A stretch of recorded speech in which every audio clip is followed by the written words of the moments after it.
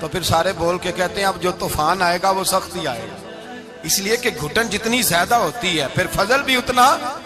جن لوگوں نے تکلیفیں زیادہ سہی تھی رب نے عزتیں بھی زیادہ ہی عطا فرمائی، جن لوگوں نے تکلیفیں زیادہ سہی نا انہیں اللہ نے درجہ بھی۔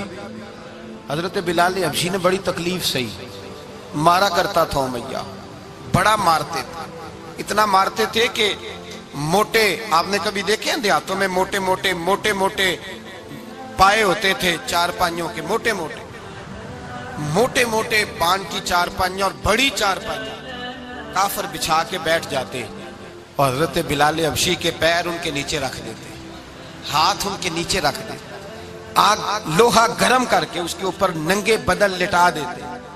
مکے نے بڑی آزمائشیں دیکھی، پھر اسی مکے نے مدینے نے عجیب رنگ دیکھا کہ میرے نبی معراج سے واپس آئے اور حضور نے عظمت دی، فرمایا بلال یار تیرا بڑا مقام ہے، تو مدینے میں چل رہا تھا اور میں جنت میں تیرے قدموں کی آواز سن رہا تھا، کتنا تیرا مقام ہے، کتنا تیرا درجہ ہے، میں وہاں تیرے چلنے کی آواز سن رہا تھا۔ حضرت ابو بکر صدیق رضی اللہ تعالیٰ عنہ نے اس زمانے میں حضور کی نوکری کی جب دوسرا جانثار کوئی نہیں تھا، سارے لوگ تانے دیتے، کہتے ابو بکر تو اکیلا ہی سیانا ہے، سارا مکہ مخالفت کرتا ہے، تو جان ہی نہیں چھوڑتا، سارا زمانہ مخالفت کرتا۔ ابو بکر صدیق نے مال بھی دیا، جان بھی دی، شہزادی حضرت عائشہ بھی دی حضور کی خدمت میں، ہر چیز لٹا دی۔ دنیا کو پتا اس دن چلا جس دن میرے رسول پاک صلی اللہ علیہ وسلم مسجد نبی میں بیٹھے تھے، درجنوں صحابہ تھے، حضور نے فرمایا ابو دردہ کو تو بلاؤ۔ جناب ابو دردہ حاضر ہوئے تو کہتے ہیں حضور کا چہرہ دیکھا تو ناراضگی ہے چہرے پہ، میں نے دیکھتے ہی کہا حضور آپ مجھ سے ناراض ہیں؟ حضور نے فرمایا ہاں میں ناراض ہوں۔ جب یہ لفظ کہے تو میں کانپنے لگا، حضور ناراض ہو گئے؟ میں نے کہا یا رسول اللہ میری غلطی۔ تو نبی پاک نے فرمایا تو میرے ابو بکر کی عظمت نہیں جانتا؟ حضور جانتا ہوں۔ حضور کیا ہوا؟ نبی پاک نے فرمایا کل تو گلی میں گزر رہا تھا، ابو بکر بھی گزر رہا تھا، تو نے سوچا ہی نہیں تو میرے ابو بکر کے آگے آگے چل رہا تھا؟